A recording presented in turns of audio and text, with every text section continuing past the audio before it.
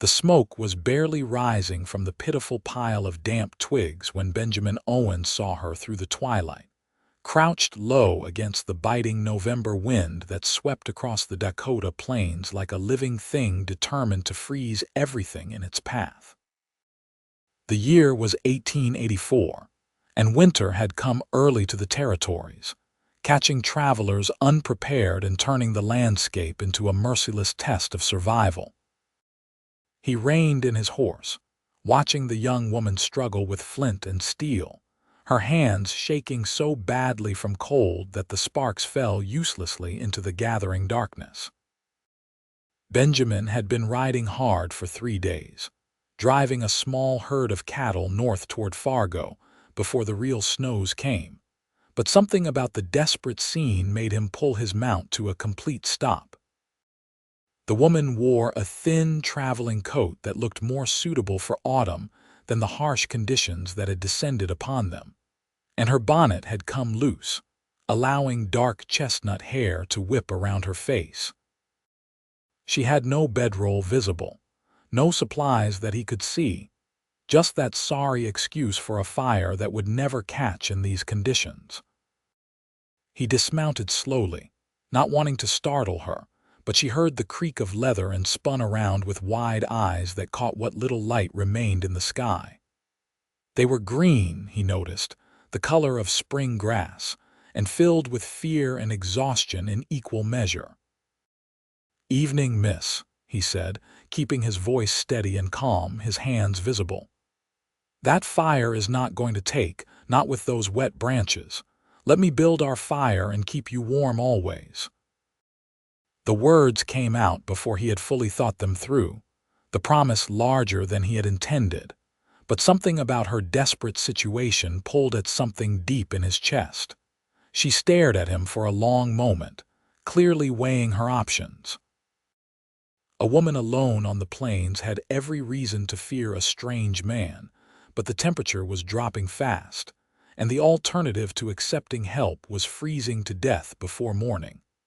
Finally, she gave a small nod, wrapping her arms tighter around herself. "I would be grateful," she said, her voice trembling from more than just the cold. "I am Gwendolyn Hayes. My wagon broke an axle about 5 miles back. I have been walking since noon." Benjamin touched the brim of his hat in acknowledgement and immediately set to work. He pulled dry kindling from his saddlebag, materials he had kept wrapped in oilcloth specifically for situations like this. His movements were practiced and efficient as he cleared away her failed attempt and started fresh, building a proper base with the good kindling, then adding small sticks in a careful teepee structure that would allow air to flow while protecting the flame. "Benjamin Owens," he said as he worked. "I run cattle between here and Fargo. You are lucky I came through when I did. Another hour and you would not have made it through the night." The words were blunt but true, and Gwendolyn did not argue. She watched him work with an intensity that made him aware of every movement, every choice. When the fire caught and began to grow, she let out a small sound of relief that was almost a sob. "Come closer," he instructed, gesturing to the space near the flames. "You need to warm up slowly. Too fast and it will hurt worse." She obeyed, settling onto the ground near the fire, and he could see now that her lips had a bluish tinge and her fingers were nearly white. He pulled a blanket from his pack and draped it around her shoulders without asking, then set about making the camp more secure. The wind was picking up, and they would need a windbreak if they were going to survive the night with any comfort. "Why were you traveling alone?" he asked as he worked, using his saddle and some brush to create a barrier against the worst of the wind. "This is not country for a woman without protection." Gwendolyn was quiet for a moment, holding her hands toward the fire. "I was not supposed to be alone. I was traveling with a family from Bismarck, heading to Fargo to meet my brother. He sent for me after our parents passed last spring. But the family I was traveling with had to turn back when their youngest took sick 2 days ago. They offered to take me back with them, but I was so close, and I thought I could make it. Then the wagon hit a rut, and the axle snapped, and the horse ran off, and I have been walking since." Her voice broke slightly on the last words. "I thought I was going to die out here." "You are not going to die," Benjamin said firmly. He settled down across from her, the fire between them, and pulled out some jerky and hardtack from his supplies. "Here, you need to eat something." She took the food with shaking hands, and he noticed that despite her obvious hunger, she ate slowly, as if she had been taught proper manners and could not quite abandon them even in these circumstances. She was younger than he had first thought, perhaps 22 or 23, with delicate features and skin that spoke of a life spent mostly indoors.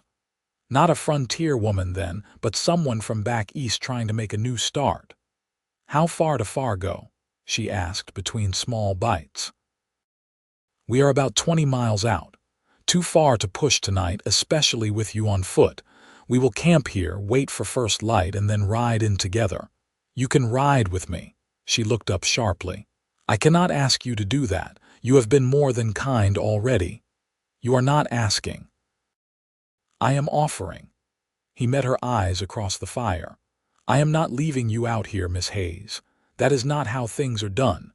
Something in his tone must have convinced her, because she nodded slowly, pulling the blanket tighter around herself. "Thank you, Mr. Owens. I will find a way to repay your kindness." "No need," he said, but he felt a strange warmth in his chest that had nothing to do with the fire. There was something about this woman, something beyond her immediate need for rescue, that intrigued him. She had spirit, he could tell that much. Anyone who would attempt to walk 20 miles through hostile territory in November, rather than turn back, had a core of steel beneath whatever refined exterior she presented. They sat in silence for a while, the fire crackling between them, and Benjamin found himself studying her when he thought she was not looking. The color was returning to her cheeks, and her hands had stopped shaking quite so badly. She had loosened the blanket slightly, and he could see that beneath the inadequate coat.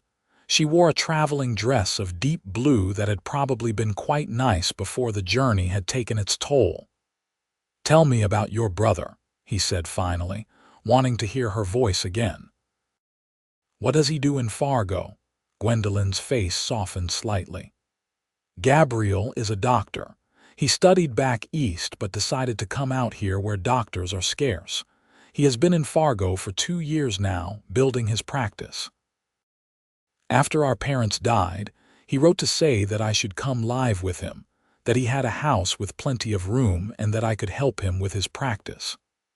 I was working as a teacher in Bismarck, but the school closed down when the funding ran out, so his timing was fortunate." "A teacher," Benjamin said, and that made sense. It explained the careful way she spoke, the manners she maintained despite her circumstances. "Fargo could use more teachers. The town is growing fast." "What about you?" she asked, and he noticed that her eyes were clearer now, more alert. "You said you run cattle. Do you have family in Fargo?" He shook his head.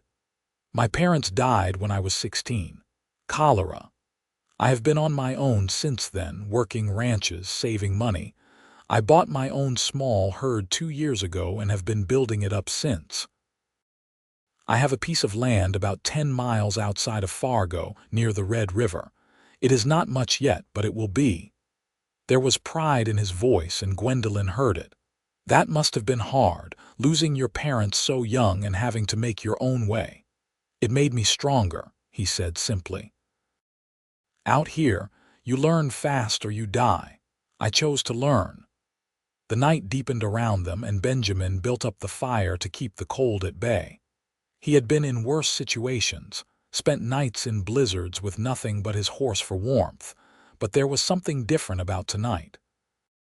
The presence of Gwendolyn Hayes, this refined woman who had nearly died because of bad luck and poor planning, made him more aware of the dangers of the territory, more protective than he usually felt. "You should try to sleep," he said, after they had shared more of his supplies. "I will keep the fire going and keep watch. We will leave at first light." Gwendolyn looked like she wanted to argue, but exhaustion was clearly winning. "You need to sleep too." "I will rest later. I have done this before. You have not." His tone was gentle but firm, and after a moment she nodded. She settled down near the fire, wrapped in his blanket, and Benjamin added his coat over her for extra warmth. The temperature was still dropping, and he could see frost forming on the ground beyond the fire's reach.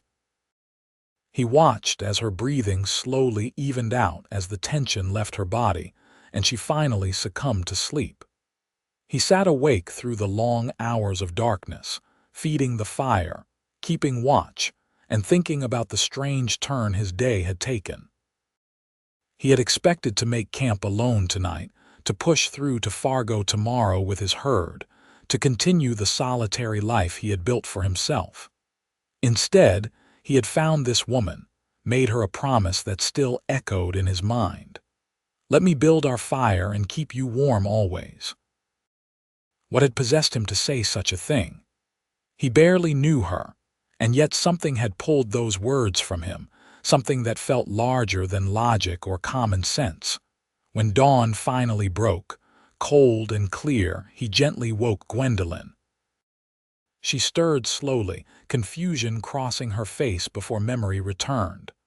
"Morning," she said, her voice rough with sleep. "You stayed awake all night." "Someone needed to," he said with a slight smile. "How do you feel?" "Better. Warmer." She sat up, and he noticed that despite the rough night, there was a determination in her eyes that had not been there before. "Thank you again, Mr. Owens. You saved my life." "Benjamin," he said, "if we are going to be riding together for the next few hours, you might as well call me Benjamin." "Then you must call me Gwendolyn." She returned his smile, and he felt that warmth in his chest again.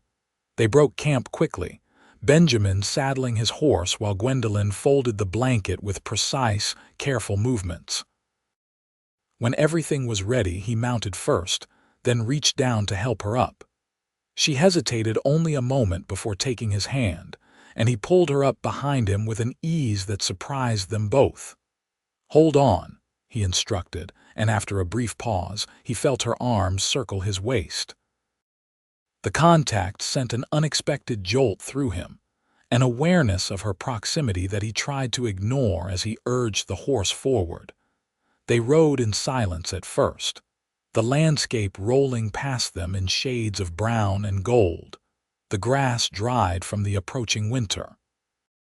The sky was enormous above them, that particular vastness that characterized the Dakota territory, and Benjamin found himself acutely aware of Gwendolyn behind him, the way she leaned slightly against his back for balance, the way her grip tightened whenever the horse shifted pace. "It is beautiful," she said after a while, her voice close to his ear. "Harsh, but beautiful. It grows on you," he agreed. "When I first came out here, I thought it was the loneliest place on earth. Now I cannot imagine living anywhere else." "What made you stay?" He considered the question. "Freedom, I suppose, space to build something of my own. Back east, everything is already decided, already divided up. Out here, if you are willing to work hard enough, you can make something from nothing." "Is that what you are doing? Making something from nothing? Trying to?" He adjusted his grip on the reins. "My land is not much to look at yet, just a small cabin and some fenced pasture. But in a few years, if I keep building the herd, if I can survive the winters and the dry summers, it will be a real ranch, something permanent." He could hear the longing in his own voice, the dream that kept him going through the hard times, and he wondered what she thought of it. A woman like Gwendolyn, educated and refined, probably had different dreams, more civilized aspirations than a cattle ranch on the edge of the frontier. But her response surprised him. "That sounds wonderful, to build something lasting, something that is entirely your own. I think that is what Gabriel is trying to do with his practice and what I hope to do with teaching." Make a real difference. Leave something behind that matters. They talked as they rode, the conversation flowing more easily than Benjamin would have expected. She told him about her childhood in Pennsylvania, about the school where she had taught, about her decision to come west despite her friends' warnings that it was too dangerous, too uncivilized. He told her about his early years working other men's ranches, about the hard lessons he had learned, about the first time he had seen his own land, and known that this was where he was meant to be. The miles passed, and Benjamin found himself slowing the horse slightly, not quite ready for the journey to end. There was something comfortable about having Gwendolyn behind him, about the way they talked, about the connection that seemed to be forming despite the circumstances of their meeting. When they finally crested the rise that looked down on Fargo, the town spread out before them in the river valley. Gwendolyn drew in a sharp breath. "We are here. We are here," Benjamin confirmed, and he could not quite identify the emotion in his voice, relief that they had made it safely. Regret that this strange, unexpected interlude was coming to an end. Fargo was a growing town, no longer the tiny settlement it had been just a few years ago. Buildings lined the main street, and Benjamin could see the railroad station at the edge of town, the tracks that connected this frontier outpost to the wider world. People moved along the wooden sidewalks, going about their business, and smoke rose from a dozen chimneys into the cold morning air. They rode down the main street, drawing a few curious looks from townspeople who recognized Benjamin but not the woman riding behind him. He ignored the attention, focused on the task at hand.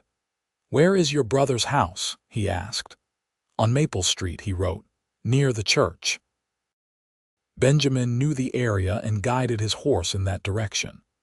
When they reached the neat, two-story house with a shingle outside that read Dr. Gabriel Hayes, physician, Gwendolyn let out a sound that was half laugh, half sob. "That is it. That is Gabriel's house." Benjamin dismounted and helped her down, steadying her when her legs nearly gave out after the long ride. For a moment, they stood close together, his hands still on her waist, her hands on his shoulders, and something passed between them, an acknowledgement of what had happened, of the strange intimacy that circumstances had forced upon them. The door burst open, and a tall man with the same chestnut hair as Gwendolyn came running out. "Gwen, thank God. I have been worried sick. The Hendersons sent word that they had to turn back and that you insisted on continuing alone. I was about to organize a search party." Gwendolyn stepped away from Benjamin and ran to her brother, who swept her into a fierce embrace. Benjamin watched, feeling suddenly like an intruder, and was about to mount his horse and leave when Gabriel looked up and called out, "Wait, please. You must be the man who found my sister. Come inside. Let me thank you properly." What followed was a blur of explanations and introductions. Gabriel was effusive in his gratitude, insisting that Benjamin stay for breakfast, refusing to take no for an answer. The house was warm and well-appointed, with the comfortable feel of a bachelor household that nevertheless maintained certain standards. They sat at a polished wooden table while Gabriel's housekeeper, a plump woman named Mrs. Cartwright, served eggs and bacon and hot coffee that Benjamin appreciated more than he could say. "You saved her life," Gabriel said, shaking his head in wonder. "If you had not come along when you did in those conditions, she would not have survived the night." "I did what anyone would do," Benjamin said, uncomfortable with the praise. "No," Gwendolyn said softly, her green eyes meeting his across the table. "Not everyone would have stopped. Not everyone would have stayed awake all night keeping watch, giving up their own blanket and coat. You went beyond what anyone could expect." There was something in her gaze that made Benjamin's heart beat faster, a warmth that had nothing to do with the fire or the coffee or the comfortable room. He looked away, clearing his throat.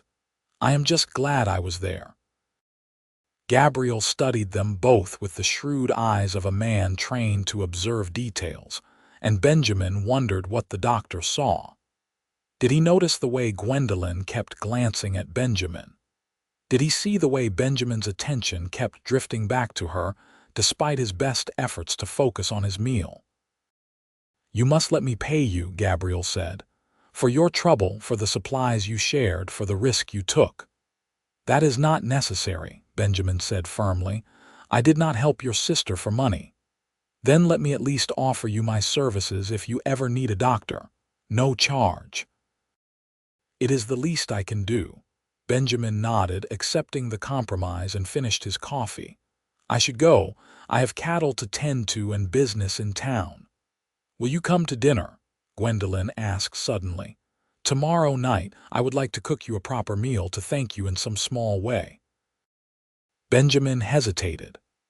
The smart thing would be to decline, to let this be a closed chapter, to return to his solitary life and forget about the woman with green eyes who had somehow stirred something in him that had been dormant for years.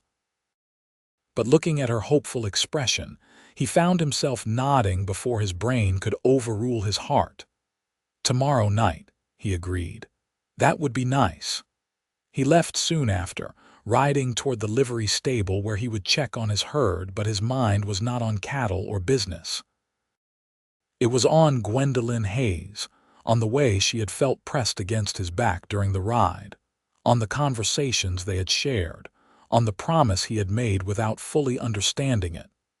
"Let me build our fire and keep you warm always." The next day passed in a strange haze. Benjamin conducted his business, sold several head of cattle to the Army supply officer for a good price, and bought supplies for the winter. But through it all, his thoughts kept drifting to the evening ahead, to the dinner invitation, to the prospect of seeing Gwendolyn again. He cleaned up at the boarding house where he kept a room for his trips to town, changing into his best shirt, the one without any patches or stains. He even took the time to trim his beard, which he usually only bothered with once a month. Looking at himself in the small mirror, he barely recognized the man staring back, someone who actually cared about appearances, about making a good impression. When he arrived at the Hayes house that evening, Gabriel answered the door with a knowing smile. "Come in, Benjamin. Gwen has been cooking all afternoon. I hope you brought an appetite." The smell that greeted him was incredible, rich and savory, and Benjamin realized that he had not had a home-cooked meal in longer than he could remember. His own cooking consisted mainly of beans and jerky, and whatever game he could shoot, functional but hardly inspired. Gwendolyn appeared from the kitchen, wearing a green dress that matched her eyes, her hair pinned up in a way that showed off the elegant line of her neck. She had clearly recovered from her ordeal, the color back in her cheeks, the exhaustion replaced by a vibrant energy that made the room feel brighter.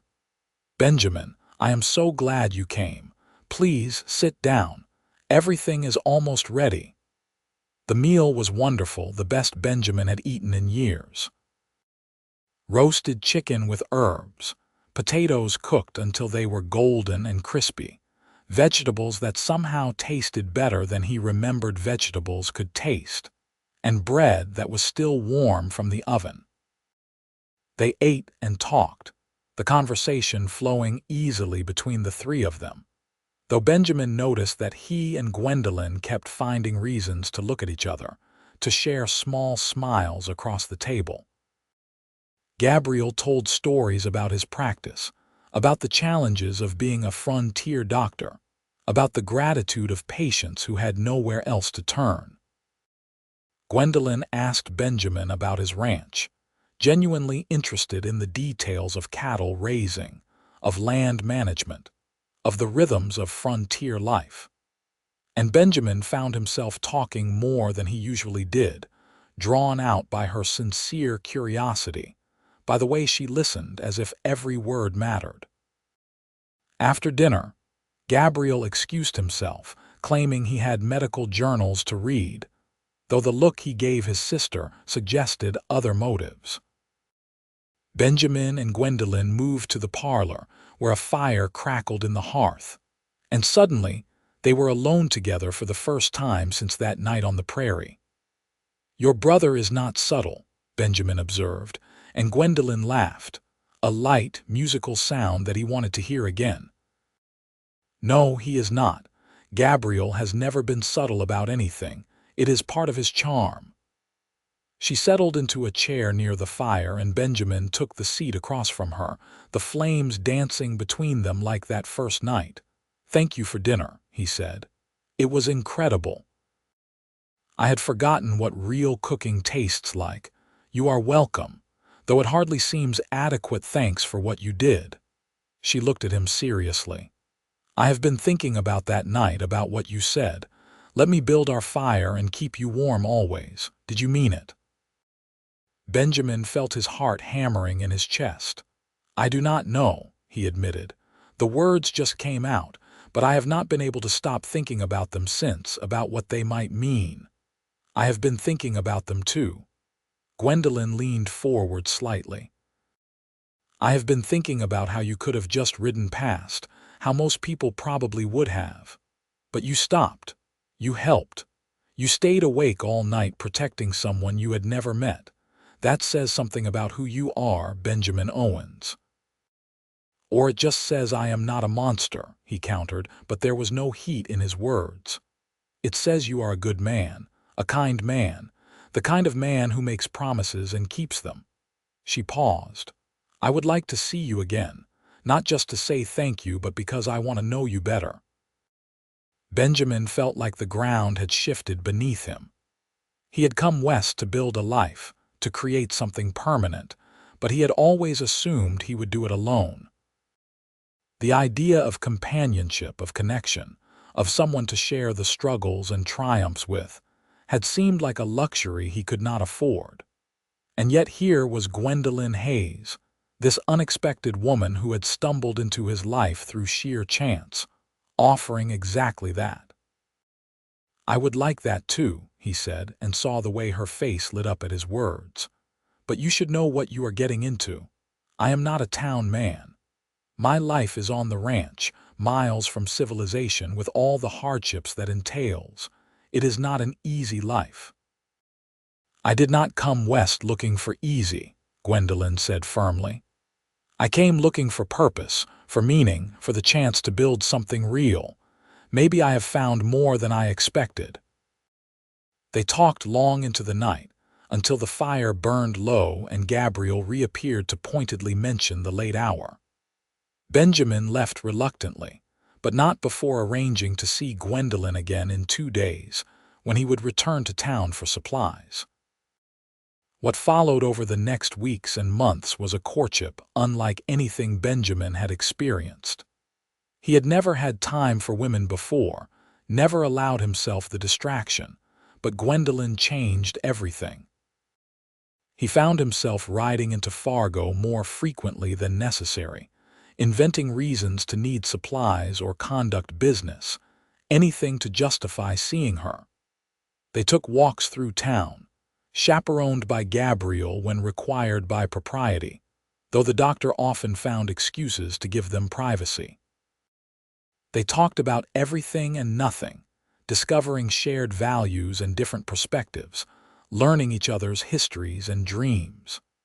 Gwendolyn told him about her teaching, about the joy of watching children learn, about her hope to start a school in Fargo when the opportunity arose. Benjamin told her about his plans for the ranch, about his dream of building something that would last, about the satisfaction of working land that was his own. As autumn gave way to winter, as the snows came and the temperature dropped, Benjamin found himself measuring his life in the days between seeing Gwendolyn. The ranch work continued, harder now in the cold, but it no longer felt like the only thing that mattered. There was something else, someone else, who had become equally important. It was in late December, with Christmas approaching, and the town covered in snow, that Benjamin finally gathered his courage. He had purchased a simple gold ring from the jeweler in town, spending more money than he probably should have, and he carried it in his pocket as he made his way to the Hayes house for dinner. Gabriel answered the door with a grin that suggested he knew exactly what was about to happen. "She is in the parlor. Go ahead. I will be in my study if anyone needs me." Benjamin found Gwendolyn standing by the window looking out at the snow-covered street. She turned when she heard him enter, and the smile that crossed her face made his heart skip. "Benjamin, I did not expect you until later. The weather is so bad, I thought you might not make it into town." "I wanted to talk to you," he said, his voice rougher than usual with nerves. "There is something I need to say." She must have heard something in his tone because her expression shifted, becoming more serious, more attentive. "What is it?" He crossed the room to stand before her, taking her hands in his. They were warm and soft, so different from his own calloused palms, but they fit together in a way that felt right, felt meant to be. "3 months ago, I found you trying to build a fire in the cold. I said I would build our fire and keep you warm always. At the time, I did not fully understand what I was promising, but I understand now." He took a deep breath. "I am in love with you, Gwendolyn Hayes. I love your strength and your kindness and your intelligence. I love the way you listen and the way you challenge me. I love who I am when I am with you. And I want to spend the rest of my life building fires with you, keeping you warm, sharing everything I have and everything I am." He released one of her hands to pull out the ring, holding it up between them. "Will you marry me? Will you come to the ranch and help me build something real and lasting? Will you be my wife?" Gwendolyn's eyes had filled with tears, but she was smiling, a radiant expression that told him her answer before she spoke. "Yes. Yes, I will marry you. I love you too, Benjamin. I think I started falling in love with you that first night, when you stopped and helped and made me feel safe for the first time since leaving Pennsylvania. You showed me what kind of man you are, and I want to spend my life with that man." He slipped the ring onto her finger, and then they were kissing, a sweet, tender kiss that held all the promise of the future they would build together. When they finally broke apart, both breathless and laughing, Gabriel appeared in the doorway with a bottle of wine and 3 glasses. "I assume congratulations are in order," he said dryly, though his eyes were warm with approval. "Your sister has agreed to marry me," Benjamin said, unable to keep the joy from his voice. "Good. Someone needs to keep her out of trouble, and clearly I am not up to the task." Gabriel poured the wine and raised his glass. "To the happy couple. May you have a lifetime of love and happiness together." They were married in January of 1885, in a simple ceremony at the church in Fargo with Gabriel and Mrs. Cartwright as witnesses. Gwendolyn wore a dress of cream-colored silk that she had sewn herself, working late into the nights to have it ready in time. And Benjamin wore a new suit that Gabriel had insisted on buying as his wedding gift. The ceremony was brief but heartfelt, the words of commitment taking on deeper meaning because of everything they had already shared. After the wedding, Benjamin brought his new wife to the ranch, helping her into the wagon he had borrowed for the occasion, their few possessions packed carefully in the back. The ride out of town was cold but clear, the winter sun making the snow sparkle like diamonds, and Gwendolyn sat close beside him on the seat, her hand resting on his arm. "Are you nervous?" he asked as they approached his land. "A little," she admitted. "But mostly I am excited. This is a new beginning, a new life. I cannot wait to see it." When they crested the final rise and the ranch came into view, Benjamin tried to see it through her eyes. The cabin was small but sturdy, built with his own hands over the course of 2 summers. The barn was larger, housing his growing herd through the winter. Fences marked off the pastures where the cattle would graze come spring. It was not much by some standards, but it was his, theirs now, and he had never been more proud of anything in his life. "It is perfect," Gwendolyn said softly, and he knew she meant it. That first winter on the ranch was hard but also wonderful. The work was constant and demanding, and Gwendolyn had to learn quickly how to manage a frontier household, how to cook on a wood stove, how to preserve food and manage supplies, how to help with the animals when Benjamin needed an extra pair of hands. But she never complained, never suggested that she had made a mistake, and Benjamin fell more in love with her every day as he watched her adapt and grow stronger. They spent long evenings by the fire, the very fire Benjamin had promised to build all those months ago, talking and planning and dreaming about the future. Gwendolyn wanted to start a small school on the ranch once they had more families in the area. Benjamin wanted to expand the herd, to build a larger house eventually, to create something that would last for generations.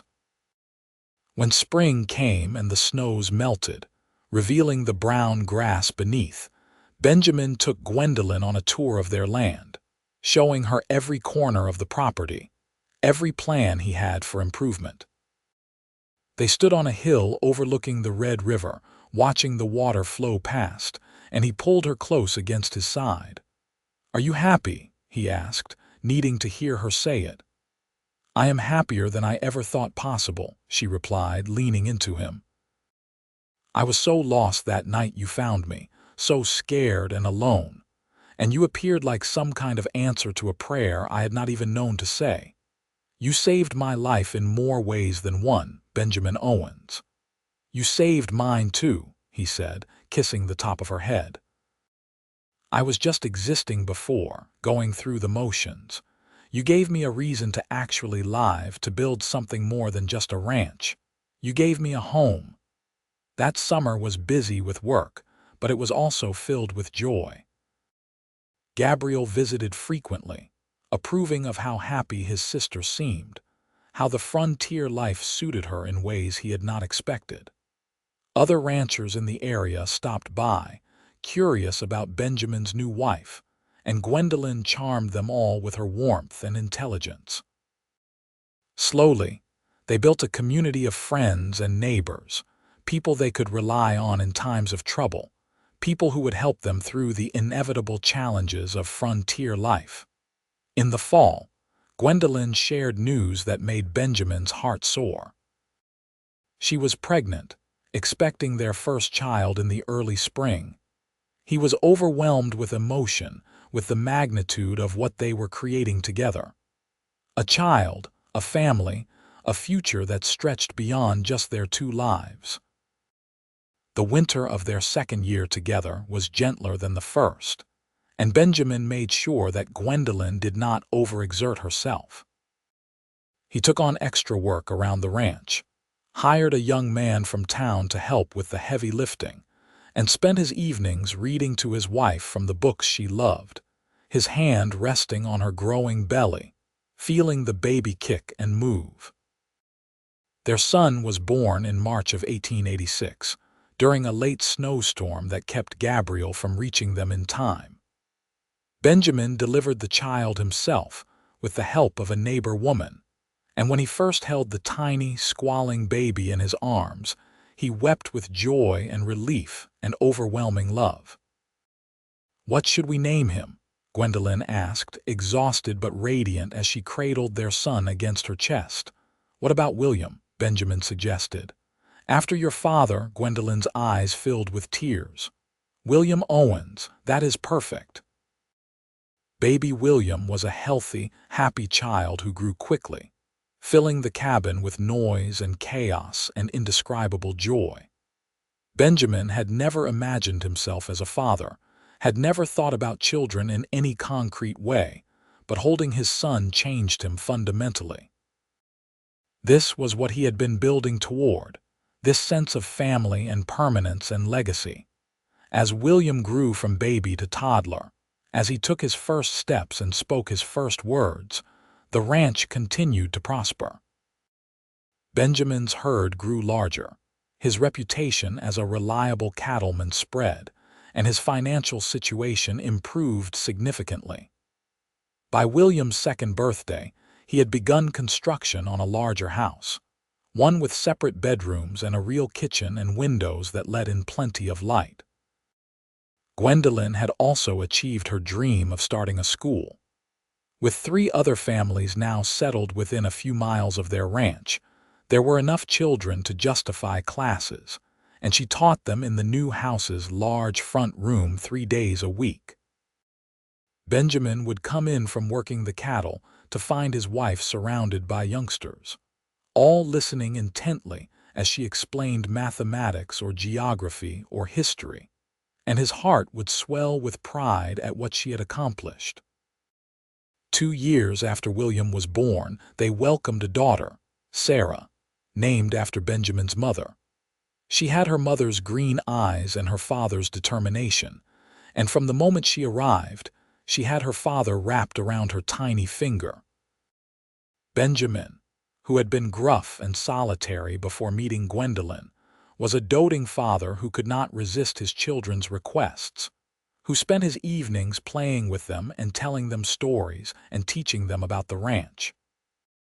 Gabriel remained a constant presence in their lives, visiting as often as his practice allowed, becoming a beloved uncle who spoiled the children shamelessly and provided medical care whenever needed.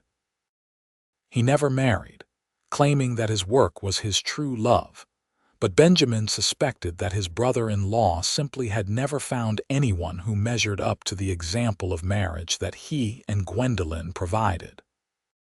The years passed in a rhythm of seasons and celebrations, of challenges met and overcome together. There were hard times, inevitable in frontier life. A drought in 1889 that killed some of their cattle and required careful management of their resources. A harsh winter in 1891 that nearly broke them before a late thaw saved their remaining herd. A prairie fire in 1893 that came terrifyingly close to their house before the wind shifted and carried it away from their land. But through all of it, Benjamin and Gwendolyn faced everything together, their partnership growing stronger with each challenge overcome. They added 2 more children to their family, a second son named James in 1890 and another daughter, Elizabeth, in 1893. The house that had seemed so spacious when first built now rang with the noise of 4 children, and Benjamin often joked that they would need to expand again soon. On a cold November evening in 1894, almost exactly 10 years after that first night when Benjamin had found Gwendolyn trying to build a fire alone, they sat together on the porch of their home, watching the sun set over their land. The children were inside doing their homework under Gabriel's supervision during one of his visits, and for a moment, Benjamin and Gwendolyn had a rare opportunity for peace and quiet. "You ever think about that night?" Gwendolyn asked, her hand finding his on the porch railing. "All the time," Benjamin admitted. "I think about how easily I could have ridden past, how I almost did not stop. What would have happened if I had kept going? You would have died, and I would never have known what I was missing. But you did stop. You built our fire and kept me warm, just like you promised, and you have been doing it ever since in 1,000 different ways."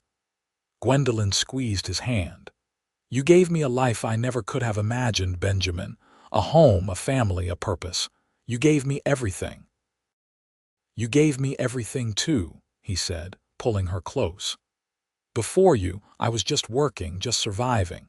You taught me how to actually live, how to love, how to build something that matters beyond just land and cattle. You and our children are the best thing that ever happened to me." They sat in comfortable silence, watching the stars begin to appear in the darkening sky, and Benjamin reflected on the journey that had brought them to this moment. From that desperate night on the frozen prairie to this peaceful evening surrounded by family and prosperity, it had been a remarkable transformation. The wild frontier was slowly being tamed, Fargo was growing into a real city, and their own ranch had become one of the most successful in the territory. But more than the material success, more than the land or the cattle or the house, what mattered was the love they had built together. It was there in every meal Gwendolyn cooked, in every fence Benjamin mended, in every story they told their children about how they met. It was in the way they still looked at each other across a room and smiled, in the way they reached for each other in the night, in the way they made decisions together about everything important. "Father, Mother, come inside." William called from the doorway, his voice cracking in that awkward way of an 8-year-old boy becoming someone older. "Uncle Gabriel says there is pie, and Sarah is trying to eat all of it." Benjamin and Gwendolyn laughed, rising from their seats, their hands still linked together. "We should rescue the pie," Gwendolyn said. "And probably Sarah too," Benjamin added with a grin. They went inside together, into the warm, noisy chaos of their home, and Benjamin thought again about that promise he had made a decade ago. "Let me build our fire and keep you warm always." He had kept that promise in ways he never could have predicted, and he would continue keeping it for the rest of his life. The years continued to roll past, each one bringing its own joys and challenges. By 1900, as a new century dawned, Benjamin and Gwendolyn's ranch had become one of the most prosperous in North Dakota. Their children were growing up strong and capable, each developing their own interests and talents. William, now 14, had his father's instinct for cattle and land management. Sarah, at 12, was becoming an accomplished rider and had inherited her mother's love of teaching, often helping with the younger students at the school. James, at 10, was fascinated by machinery and talked constantly about the new agricultural equipment that was making its way to the frontier. And Elizabeth, at 7, was the family's resident dreamer, always coming up with stories and adventures that kept everyone entertained. Gabriel continued to be a central figure in their lives, though his dark hair had begun to show silver at the temples. His medical practice had grown along with Fargo, and he was now considered one of the finest doctors in the region. He never tired of reminding Benjamin that saving Gwendolyn that cold November night had been the best thing his friend had ever done, not least because it had given Gabriel the family he had never made for himself. On their 15th wedding anniversary, Benjamin surprised Gwendolyn with a trip back to the spot where they had first met. He had packed supplies and blankets, and they rode out together, leaving the children in Gabriel's capable care for a night. When they reached the approximate location, Benjamin dismounted and helped Gwendolyn down, then began building a fire just as he had that first night. "I cannot believe you remembered this spot," Gwendolyn said, watching him work with the same practiced efficiency that had saved her life 15 years ago. "I could never forget it. This is where my life really started." He got the fire going quickly, the flames catching and growing, pushing back the November cold. "I wanted us to come back here, to remember where we began." They sat by the fire as darkness fell, much as they had that first night, though now they sat side by side instead of across from each other, Gwendolyn leaning against Benjamin's shoulder. The prairie stretched out around them, vast and eternal, and above them the stars blazed in incredible profusion. "I was so scared that night," Gwendolyn said softly. "I thought I was going to die alone in the cold, that no one would even find my body until spring. And then you appeared and you were so calm, so competent, so kind. I knew right then that I was going to be all right, that someone had come who would take care of me."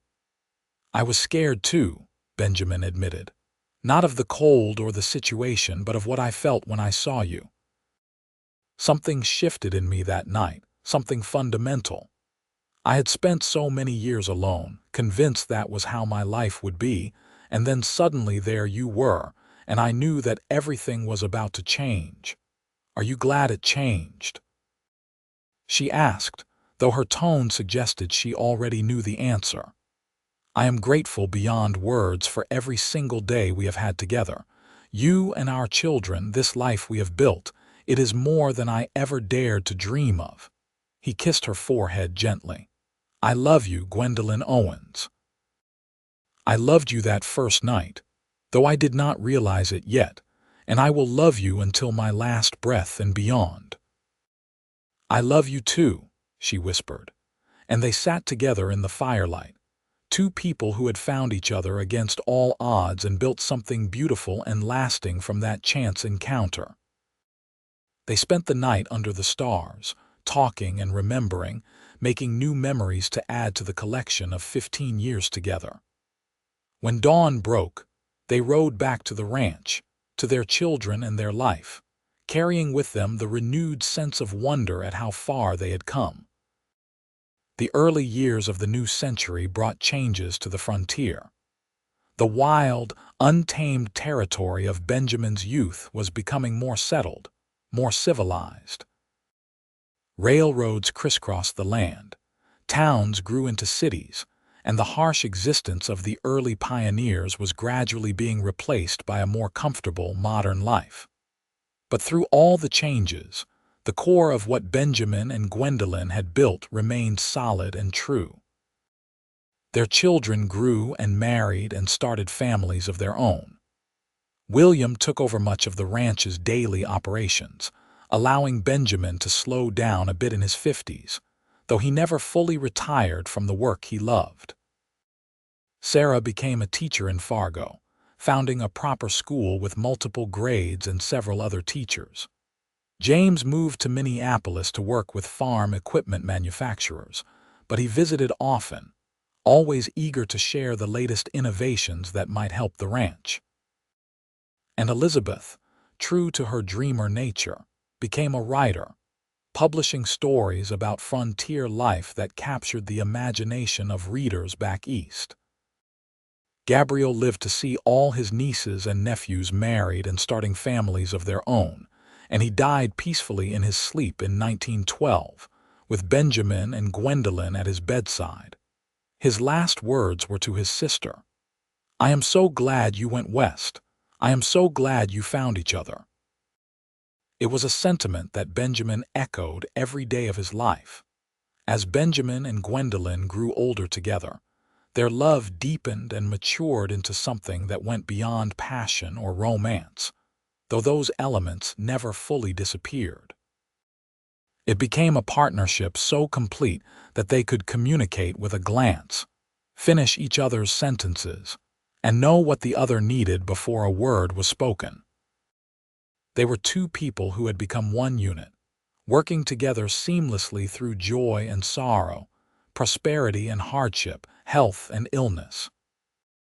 In the summer of 1920, on a warm evening much like many others, Benjamin and Gwendolyn sat on the porch of their home, now surrounded by grandchildren who ran and played in the yard. Benjamin was 70 years old now, his hair completely white, his face weathered by decades of sun and wind.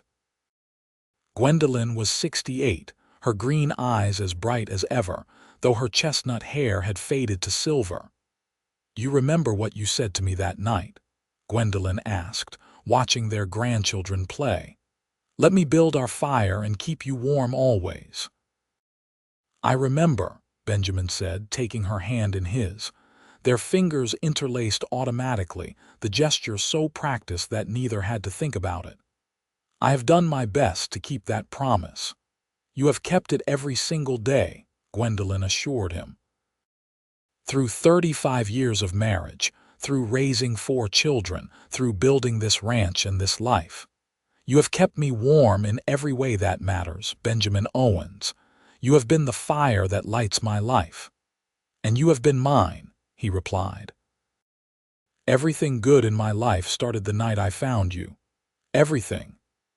They sat in peaceful silence, hands clasped, watching the sunset paint the sky in shades of gold and pink and purple. Around them, their grandchildren played, the fruit of the love that had begun on a cold November night in 1884. The ranch stretched out in all directions, prosperous and well-maintained, a legacy that would continue for generations.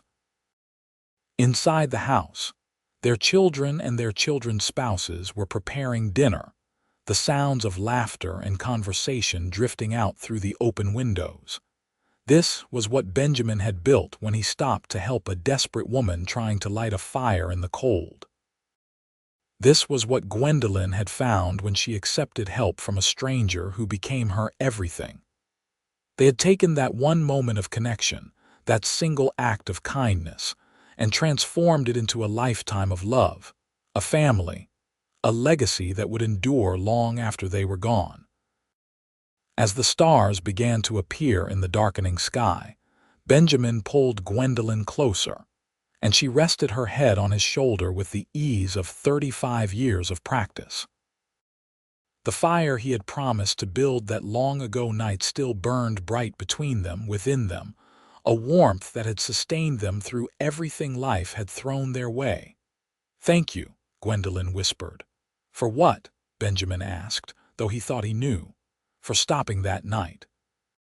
For building our fire, for keeping your promise, for giving me this beautiful life." She lifted her head to look at him, and he saw tears glistening in her eyes, happy tears. "For loving me." "Thank you for letting me," Benjamin replied, his own voice thick with emotion. "Thank you for saying yes to everything, for taking a chance on a rough cowboy with more dreams than sense. Thank you for building this life with me."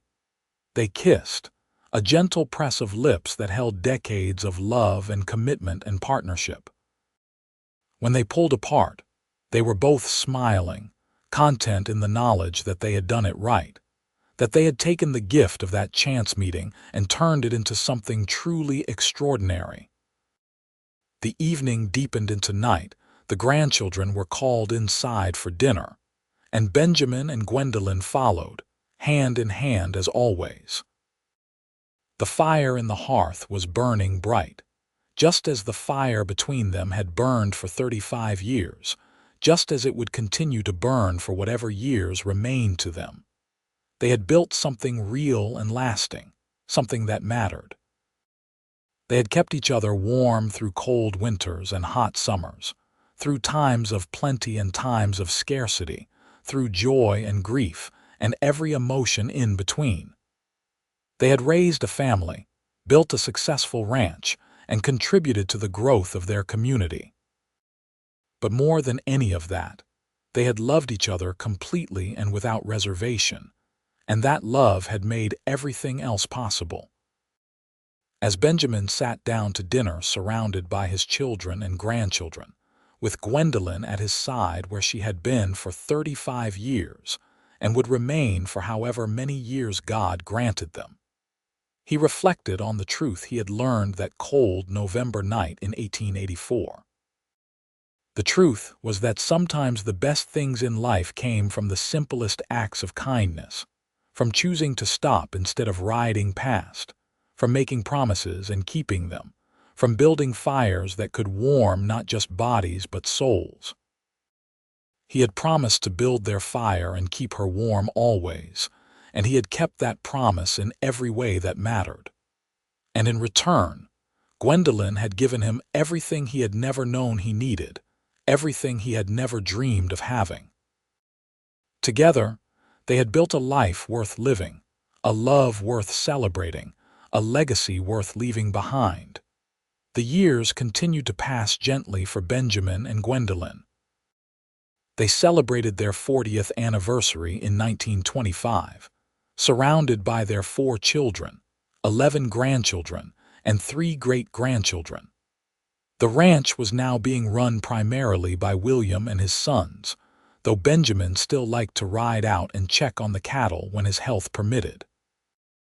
Gwendolyn had retired from teaching, but she still tutored children from town who needed extra help, and her former students often stopped by to visit, bringing their own children to meet the woman who had taught them to read and write and think. They had lived through the transformation of the frontier from wilderness to civilization, had seen technology change the way ranching was done, had watched their beloved North Dakota become a state in 1889 and continue to grow and prosper. They had survived droughts and blizzards and economic downturns and personal tragedies, including the death of their youngest, Elizabeth, in the influenza epidemic of 1918, a loss that had nearly broken them both but that they had survived by clinging to each other and to the rest of their family. Through it all, their love had remained constant, the bedrock upon which everything else was built. They still held hands when they walked, still kissed each other good morning and good night, still found reasons to laugh together every day. The passion of youth had mellowed into something deeper and more sustaining, a connection so complete that they often said they could not imagine where one ended and the other began. Benjamin died peacefully in his sleep in the spring of 1928, at the age of 78, with Gwendolyn holding his hand. His last words were the same promise he had made 43 years earlier: "I will keep you warm always." And even after he was gone, Gwendolyn felt the truth of those words, felt the warmth of his love surrounding her, sustaining her through the grief of losing her partner, her love, her everything. Gwendolyn lived another 7 years, surrounded by the family she and Benjamin had created, supported by the community they had helped build, comforted by the memories of 43 years of marriage to the man who had saved her life in every possible way.